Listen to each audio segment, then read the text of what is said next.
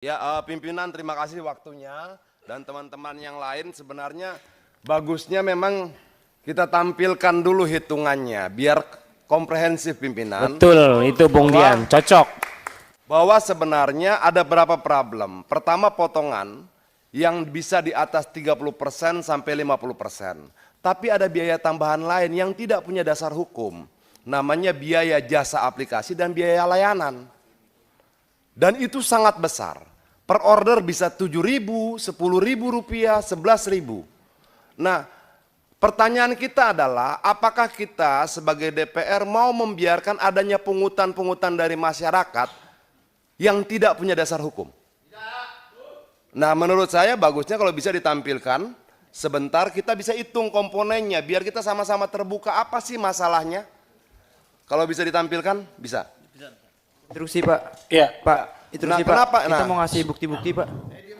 Ya, sebentar. Nah, coba. Ya, permintaan Pak Dian dulu kita sampai. Coba silakan Pak Dian. Ya, Silakan.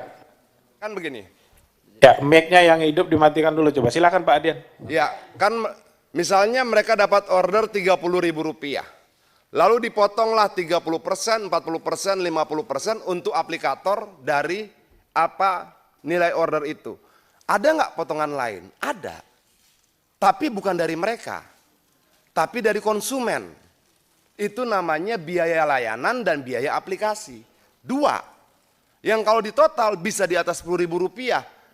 Ini, biaya layanan plus biaya jasa aplikasi. Dasar hukum ini apa? Dasar hukum 20% ada. Tapi dasar hukum ini apa? 15.300 rupiah. Dari tagihan 36.000 rupiah. Ini dari konsumen. Dari pemesan. Dari pemesan diambil sekian, dari driver diambil sekian. Itu loh. Jadi kalau kemudian begini pimpinannya, kalau kemudian misalnya dari driver dia dapat 10.000 rupiah per orderan, lalu dari konsumen dia dapat 10.000 rupiah, kita kalikan dengan jumlah driver mereka dan jumlah merchant mereka 4,2, berarti mereka dapatkan paling tidak 92 miliar per hari. Nah, kalau kita tidak pahami ini pimpinan, saya takutnya kita akan membicarakan hal yang nggak tepat. Bahwa ini bukan cuma persoalan potongan 10%, betul ya? Tapi juga ada biaya aplikasi. Logikanya bagaimana? Ketika driver itu dipesan, kan aplikasi sudah dibayar. Artinya aplikasi ini dibayar oleh dua, konsumen maupun driver. Oke, kita coba melihat begini pimpinan. Bagaimana sih sebenarnya transportasi online ini 2, 3, 4, 5 tahun ke depan, agar ketika kita mendorong regulasi kita bisa punya prediksi. Oh, kira-kira begini. Di India sekarang tidak ada lagi potongan komisi. Yang ada apa? Yang ada driver berlangganan aplikasi. Seperti kita berlangganan berita Tempo, berlangganan berita Kompas, sama seperti itu. Nah, potongan langganan ini berlaku tetap. Nah, itulah nanti masa depan driver online hubungannya dan aplikasi.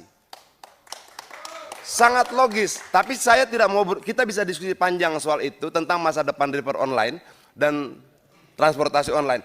Tapi saya mau masuk kemari, coba dibuka lagi yang tadi.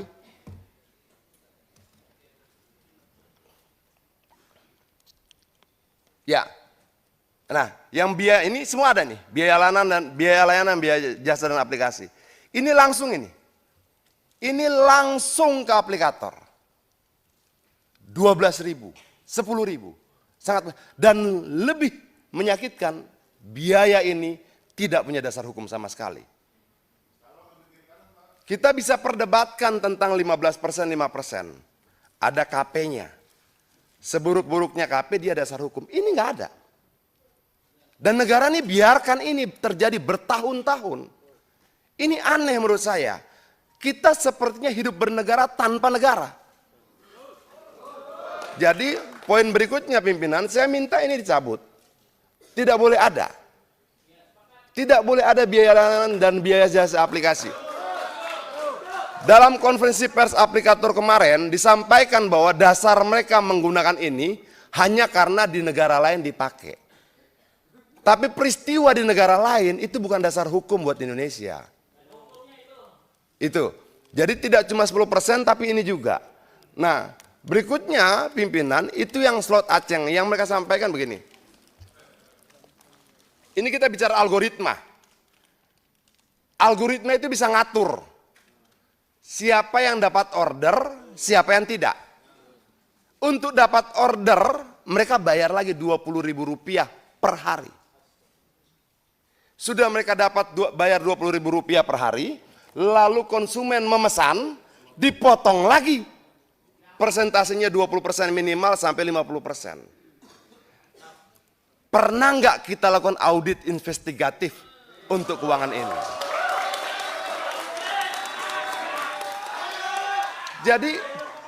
Jadi yang mereka sampaikan tadi paket Aceng, slot, segala macam itu, mereka tuh bayar.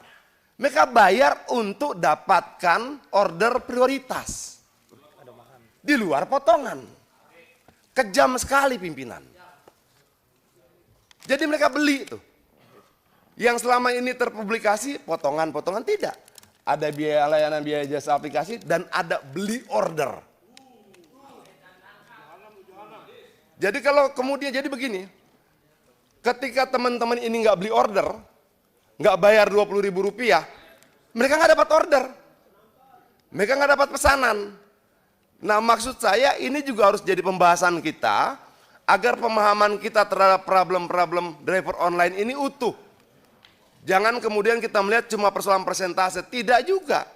Tapi bagaimana mereka memungut sesuatu dari rakyat dalam jumlah banyak tanpa dasar hukum, itu problem kedua. Ketiga, bagaimana kemudian mereka diminta membeli ordernya ke aplikator. Nah, bisa nggak kita bahas ini satu persatu? Terima kasih. Merdeka.